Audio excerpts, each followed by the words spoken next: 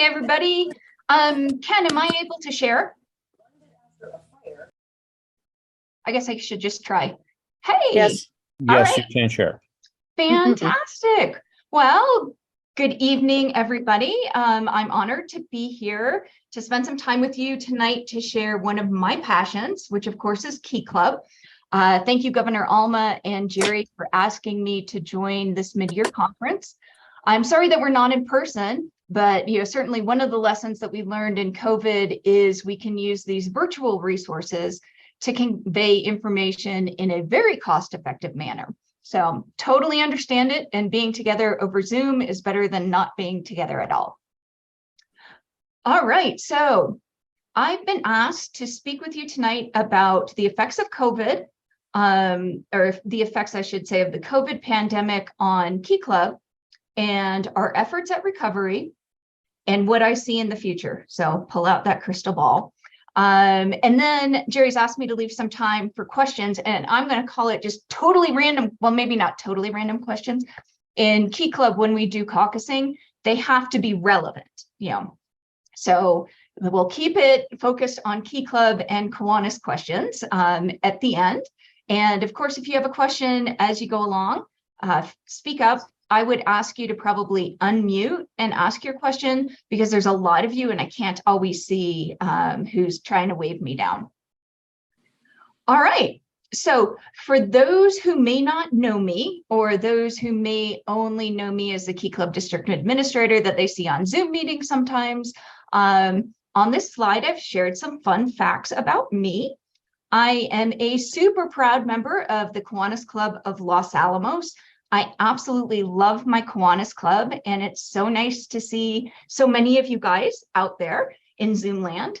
I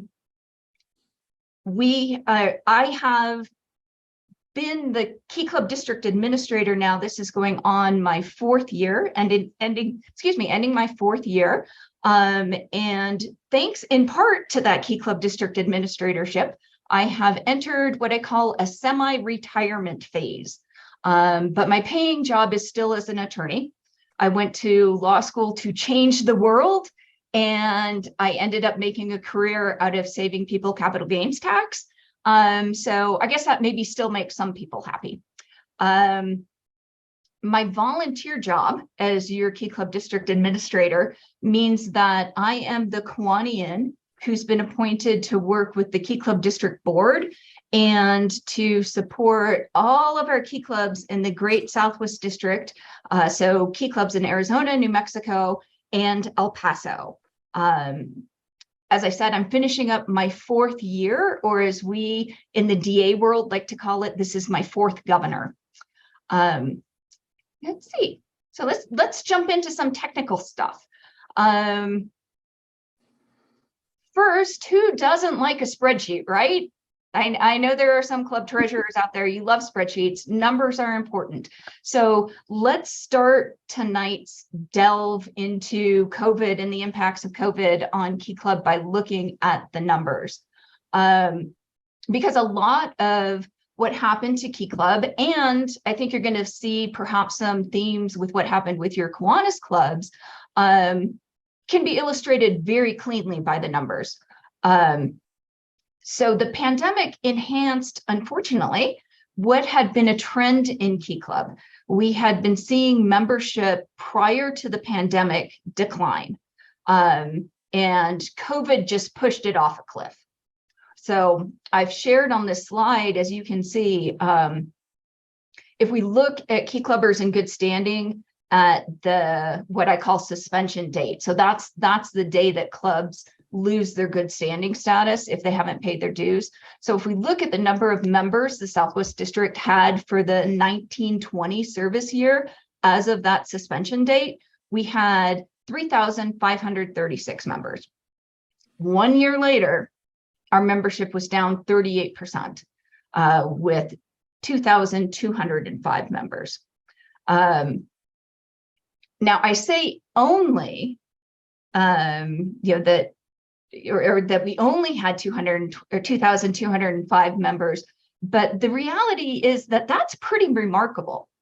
that in a space where students were in a virtual school environment, that we were still able to maintain 2,205 active Key Club members. And so that is due in a huge part to the advisors who took on the challenge of not only running a virtual classroom, but running a virtual club, and to the students themselves who really saw and dedicated themselves to continuing with Key Club, even though their world was really turned upside down at that point.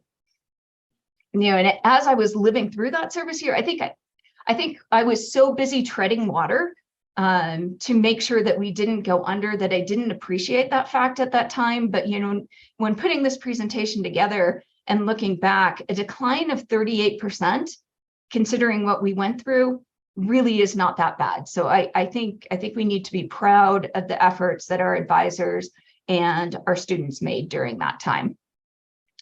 The next number that hits us like a bulldozer is the number of active clubs. And again, considering the virtual learning environment, perhaps it's not so bad that we had 36% of our clubs go dark for a year. It is too bad that here we are 2 years after the pandemic and some of those clubs still are dark. So that is unfortunate. And it certainly was not an easy year, that 2021 year, but to have 64% of our clubs remain active is truly a testament to those advisors and those students. So if you were to ask me, kind of my final comment on these numbers, and some of you have, some of us have had this discussion, what was the biggest impact of the pandemic on Key Club? Without a doubt, 100%, the biggest impact was the loss that we took due to advisor turnover. I had a suspicion that we had a lot of turnover as I was sending in all of the advisor change requests to memberservices.com. But I had honestly never sat down and done the numbers crunching until preparing for this presentation for you guys. We had 48% of our Key Clubs change advisors since the beginning of the pandemic. So almost half of our clubs have new advisors now than they did in January of 2020. Now, those of you, and I see you guys out there and I see names on one of my beloved spreadsheets. So I know that a lot of you guys are very involved with your Key Club. And so you understand when I say that we lost a faculty advisor, exactly what that entails. But for those of you who maybe are not a Kiwanis advisor or don't interact too often with your Key Club, let me explain to you that the faculty advisor is really the glue of a Key Club. They're the person that keeps the Key Club running forward year to year, because unlike our Kiwanis clubs, where we kind of join and then we continue joining, with a student organization, there's turnover every year. One class graduates, a new class comes in. So it's that faculty advisor who's kind of the librarian of all of the knowledge of that Key Club. How the Key Club's supposed to work. She's the one, he or she is the one that tells the officers what they need to do their jobs, how to hold an election, what type of service projects or fundraisers have worked well in the past, how to avoid potholes or speed bumps that the school district or the school administration might throw at you. So even though Key Club is student-led, student-run, without a doubt, the faculty advisor is the most important element of any Key Club. So to lose nearly half of them meant that there was a lot of rebuilding from the ground up that had to happen after COVID. So if we move off of the numbers, off of pure numbers, into the more systematic impacts that we saw with COVID, because numbers only tell you part of the story. There's always a little bit more that numbers can't fully express. So I had mentioned when I was talking about the advisor turnover, that they're the librarians of that school knowledge. Well, they're not the only librarians of what I call institutional knowledge, or the knowledge of an organization. The students have that knowledge too. So, there's probably never a good time to have a global pandemic. But if I get to pick the timing of the next one, it's not going to be in early spring.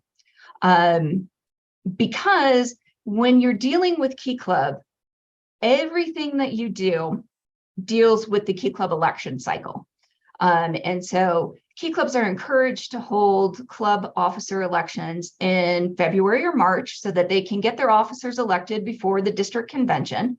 And that also then lets the district officers kind of shadow and tag along or ask questions of the exiting officers for the balance of that school year. So when the world shut down in March of 2020, most Southwest District Key Clubs had not held officer elections. What this means is that seniors graduated without an opportunity to pass on their knowledge to any successors. The convention was canceled, no training, there's no key leader, there's no international convention. And most of the clubs then remain dark, or I shouldn't say most, but 36% of our clubs then remain dark for an entire another school year. So by the time that they started getting on board and being active, we'd not only lost the seniors from 2020, but we'd lost the juniors from 2020. So we were left with membership that were freshmen and sophomores at the time that Key Club last had any tangible influence in their school existence. And those of you, again, who work with your Key Clubs, you know that even though we love our freshmen and our sophomores, they're not the ones that are planning the service projects usually. They're not the ones that are planning the fundraiser. They're not holding the offices. So to be left with the only people who had ever had any Key Club experience being freshmen and sophomores at the time that they had that experience, we just lost a whole bunch of knowledge on how you be a Key Club. One of the most telling things for me was last year when we were planning our 2022 district convention. I asked our board, there's 22 people on the board. All right, how many of you guys have been to a Key Club convention? None of them had been to a Key Club convention. So they are planning a convention that they've never been to. They did a fabulous job too, but that's the lack of institutional knowledge that I'm talking about there. I do have to say, in some respects, it was a little liberating though, because having the do-over gives you the authority to get rid of the stuff that's not working anymore. And in any organization, there's stuff that just doesn't work anymore. We've always done it that way. You get a fresh start. You have this mulligan. The first things that you toss out the window are, as our governor at the time so lovingly said, the archaic actions and thinking and programs that we had. So we ditched some things that just weren't relevant in the world anymore. We also had the freedom then to add some new things, because again, none of these Key Clubbers had ever been to a district convention. So it didn't matter that we had run conventions the same way for 20 years because they didn't know. This was brand new to them, a great experience for them. So it was a little liberating in the sense that, okay, maybe we've never done things that way. Doesn't matter. Let's start doing them this way now. So not only did we face kind of this challenge of dealing with students who didn't have what I've been calling this institutional knowledge or this organizational knowledge of what it meant to be a Key Clubber, we also, and I know that those of you who work with Key Clubs, those of you who are Kiwanis advisors probably feel this with your students as well, is we lacked a couple years of leadership development. The students that we have now as seniors are not the leaders that the seniors were 4 years ago. They were online for a year and a half. They didn't go to the key leaders, to the camp fall rallies, to the conventions, to the officer trainings. So we can't blame them for not having these leadership skills. In fact, I was noticing last year with one of the students on the board is they felt, I guess maybe deficient is probably the right word. They kind of assumed that everybody else knew how to be a district leader in Key Club because they hadn't ever seen that people had to go to training to learn how to be a leader. And so we're now getting back, the world's opened up. We're back to conventions. We've got one coming up next month that we're super excited about. Camp Fall Rally was back on this year. So those opportunities where people can go see, oh, that's how you learn to be a leader, is by doing this stuff, by seeing the officers in meetings with their advisors after school and stuff. Nobody is born knowing how to be a leader. You learn how to be a leader. So hopefully we're catching up, but we still have some deficiencies with those leadership skills for some students. A major impact of COVID, of the pandemic that transcends Key Club, of course, is the effect that the pandemic had on mental health on our young people. I am not a psychologist or sociologist, so it is not my realm to go into the details on all of the different ways that our students have been impacted and that their mental health is suffering because of the years that they spent virtually learning and in lockdown and just dealing with the challenges of our current life. But if you are interested, I know that just recently, just this month, the Center for Disease Control released the results of a post-pandemic survey, something that they had done 10 years ago. They repeated after the pandemic. And it shows without a doubt our kids are not doing well mentally. There was a 60% increase in high school girls reporting feelings of persistent sadness or hopelessness lasting at least 2 weeks over the past year, and reporting of experiences of violence and suicidal thoughts and all other indicators of health and well-being are significantly worse than they were in 2011. So they're dealing with that in addition to all this other stuff that they're dealing with. And of course, it's not limited to Key Club, but even for as fantastic as our Key Clubbers are, they're not immune to what's going on in the general population. All right, so now that I've shared that fun, exciting news with you, let's get on to something a little bit more optimistic, because fear not, those of you who know me well know I am a crazy Lord of the Rings geek. And so, as they say in Lord of the Rings, there is always hope. And there is hope. So, we're seeing both here in the Southwest District and internationally, great cause for hope. I don't have to tell any of you who are maybe from Farmington or from the West Valley that we're in a little bit of a building boom this year with Key Club. We have, due to the tremendous efforts of both student leaders, educators, and Kiwanians, we have 6, and now Lynn says going on 7 new Key Clubs in the Southwest District since our district convention last April. So that's fantastic. There were 187 new servant leadership programs throughout the Kiwanis Global Network of Service. So for those of you who maybe are new to Kiwanis or maybe focus on elements other than our youth programs, servant leadership programs, or in the Southwest, we sometimes call them servant leadership partners, is just the group name that we have for Action Club, Circle K, Key Club, Builders Club, and Kiwanis K-Kids. Sometimes we abbreviate it as SLP. So 187 across the globe of those new SLP programs. So that's fantastic. And not only did we build new Key Clubs and new other SLPs, but we chartered a whole new district in Key Club this year. The Philippine Luzon district joined the family last fall. And this is especially fun for us in the Southwest District because some of you may know that our immediate past governor, Leila Nguyen, is now the Key Club International Vice President, which means that she's the chair of the Global Relations Committee. So to have a new international district chartered under her watch, it had to have been just a fantastic experience for her.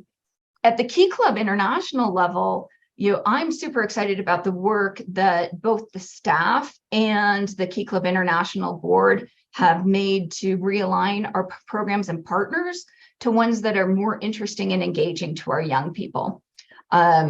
We have this fantastic new program called the Global Leadership Certificate.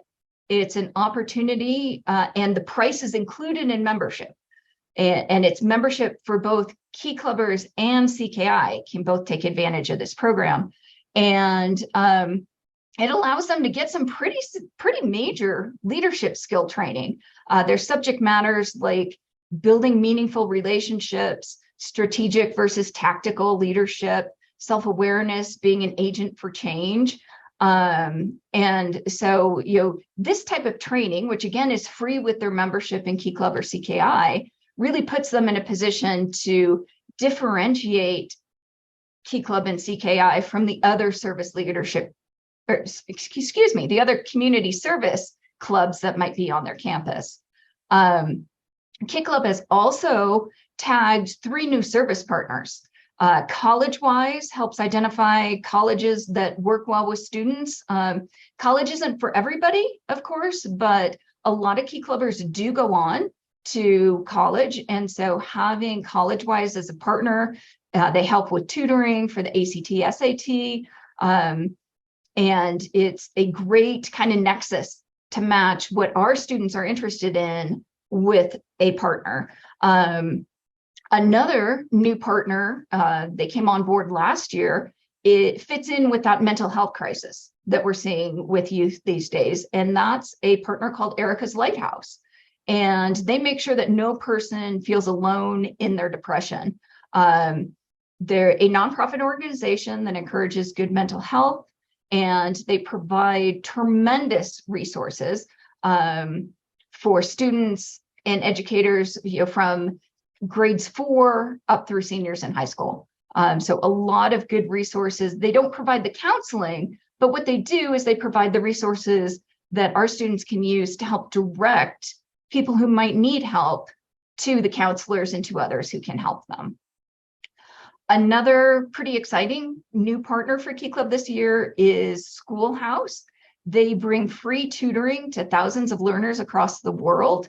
And the nice thing about Schoolhouse is it's a two-way benefit for our Key Clubbers, because if they need help, they can be, what would we say, the tutoree, I guess, the one getting the tutoring. But if they're really proficient in something, they can provide the tutoring. And so they get service that way. So a fantastic nexus with what Key Club is.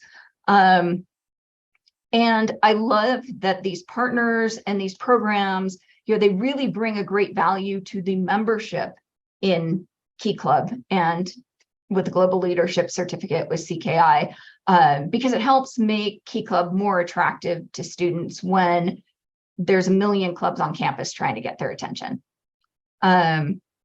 The last exciting thing that I have on this slide, I found out at our Kiwanis Youth Programs meeting on Wednesday, is that we just on Tuesday passed the 200,000 member mark for Key Club. And this is the earliest point in the year that we have done this since the pandemic. So those are excellent things and can be illustrated. Going back to you numbers, people, here you go, some more graphs for you. You can see the nice trend that we're on.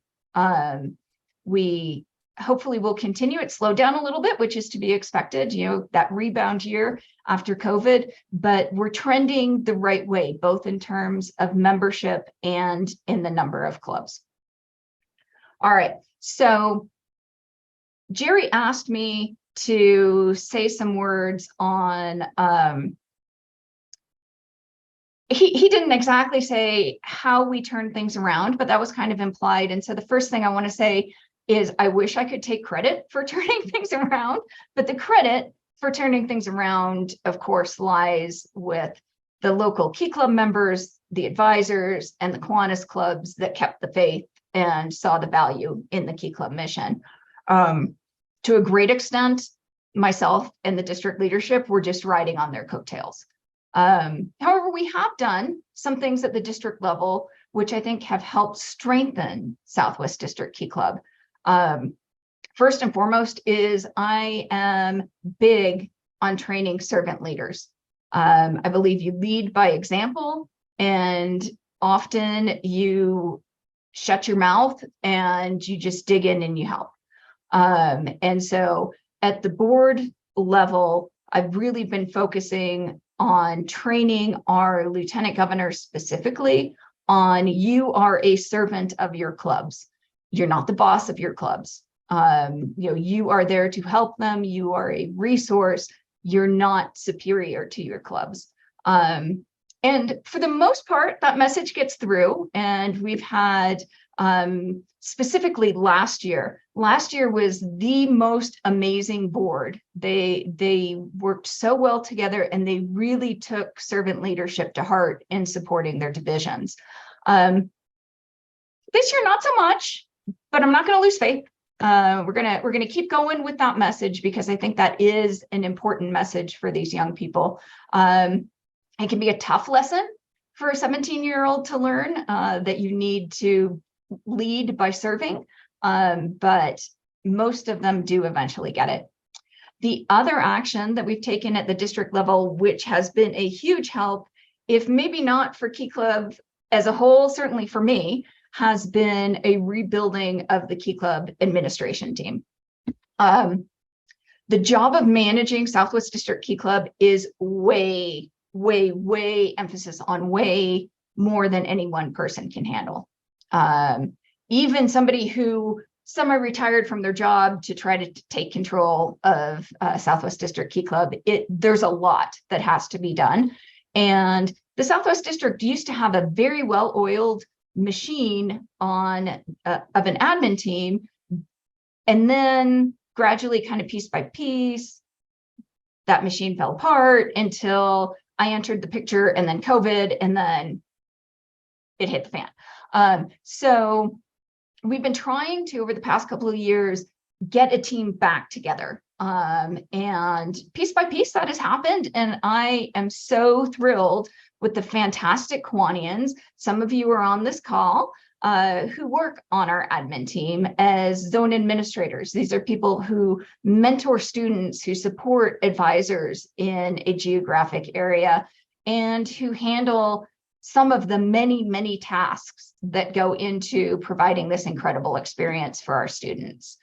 So kudos to our zone administrators. It is my hope that, certainly as we continue to solidify the team and get everybody comfortable with the roles, that whoever takes my position doesn't have to go through the pain of trying to do everything. They will just walk into a system that's already in place. Let's see. The final comments on the slide, of course, there's always more that can be done, right? Especially when you're a little OCD like me. There's a lot. We've accomplished good things, but there's still more that can be done. All right, the future of Key Club. No crystal ball, but I do like this quote from Abraham Lincoln. The best way to predict the future is to create it. So I've listed on the slide some of the challenges that Key Club is going to face going forward. Those of you who work with your Key Clubs, you've probably encountered one, if not more, of these already. The good thing is that we do have some resources on our tool belt. Our mission of building young student leaders is not the same as every other community service club on campus. So we need to circle the wagons on that mission. We're not there to do community service. We're there to build leaders through doing community service. The other tool that we have in our belt is we have all of you guys in your local communities who can develop and maintain and improve relations with your local schools and your local school districts. We continue to, year after year, see additional challenges and restrictions being placed on school organizations. And so when you guys have strong relationships with those administrators, you're much more likely to get your Key Club in a position where they can continue operating as they have. Support, support, support. So what do I mean by that? I mean, we need to continue to support our students just by showing up, just by them knowing that there is a Kiwanis Club that is behind them, that provides mentoring. Maybe it's just a smiling face at the back of the room at a meeting. Support them by being there. Support your faculty advisors by letting them know that you have their back. They are the heart and soul of your Key Club. And even if they do things that drive you a little crazy sometimes, I think we've all been there, without them, you're starting from scratch, and starting from scratch these days sometimes means not starting at all. So have their back, be part of their support team. And then there's always that element of financial support. There are some experiences, some leadership development that doesn't cost anything, but then there are others that has a financial price tag on it. So most strong Key Clubs have a strong, supportive, both in terms of showing up and financial Kiwanis Club behind them. So if you want a strong Key Club, you need to show up physically, show up, be part of a team for the advisors, and show up with the pocketbook when it's time for their leadership training. Take a team approach. My dad, who's on here, Maury Pongratz, hi Dad. My dad was my Kiwanis advisor for my Key Club in 1985 through 87. My dad is still the Kiwanis advisor for Los Alamos High School, but my dad has the help of Dawn, who's also on this call, and Betsy, who's on the admin team. They have a team together to support the Key Club, because we all know that we all can't be there all the time. So develop your team to support your Key Club so that you're not asking one person to always do everything. And then the last thing is strengthen your Kiwanis Club. The number one risk to Key Club is disappearing Kiwanis Clubs. Grow your members, make happy members where you have fun and you interact with your service leadership programs, and you will have a strong Key Club. I have seen too many Key Clubs disappear over my short tenure because the Kiwanis Clubs disappeared. So you want happy, healthy Key Clubs, have a happy, healthy Kiwanis Club. And that's my crystal ball. And so now it's the free-for-all question. And I can stop sharing. Anybody have any questions about Key Club?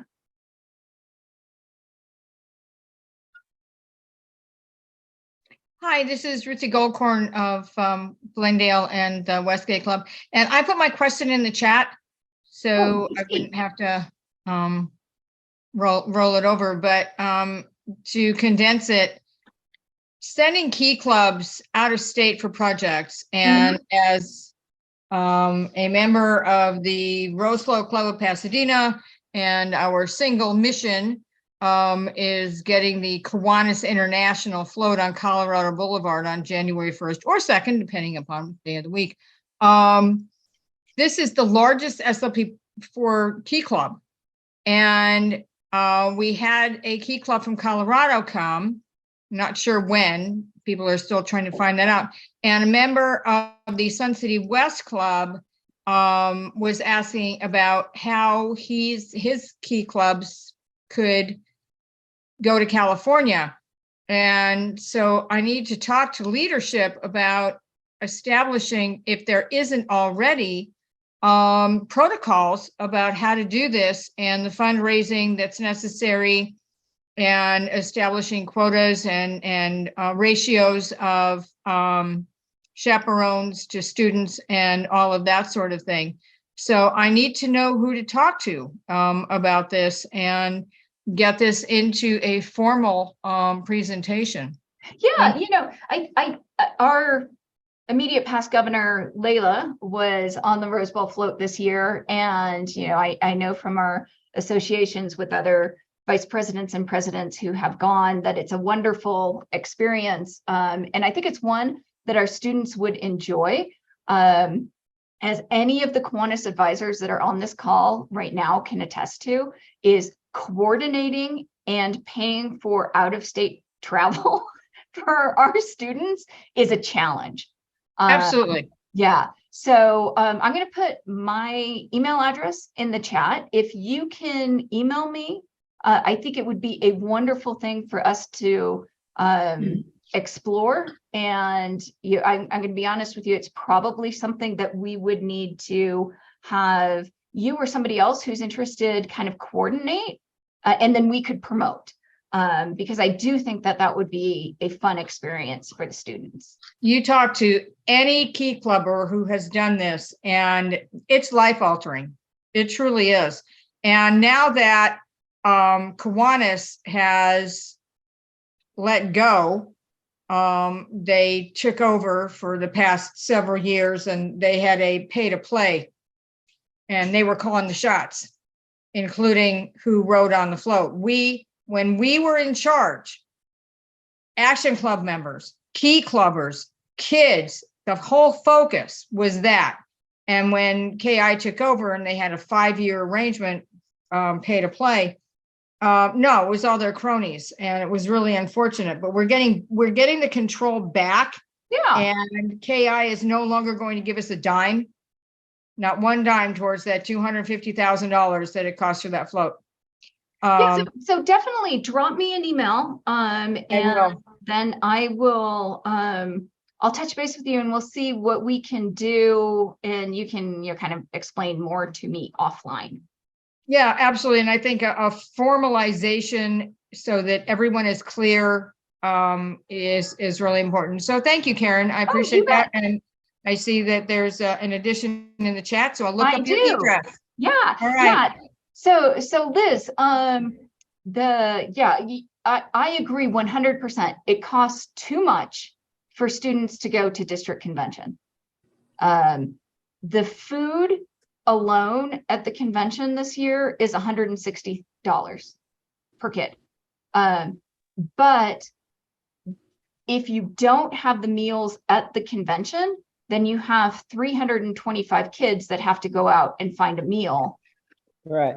So, one of the things that I want to explore for us is our current model, and you may have been to some of Ken's presentations on different ways that you can structure conventions. Our current model for Key Club is, kind of tying in with Ruthie's pay to play, is you stay to play, because we get the convention facilities for free, because we guarantee a certain number of rooms are going to be sold and a certain minimum of food is going to be purchased. Right. If we switch our model, which I'm totally open to exploring switching our model, we then pay for the convention space, and clubs who are coming in from out of town then also pay for the hotel room.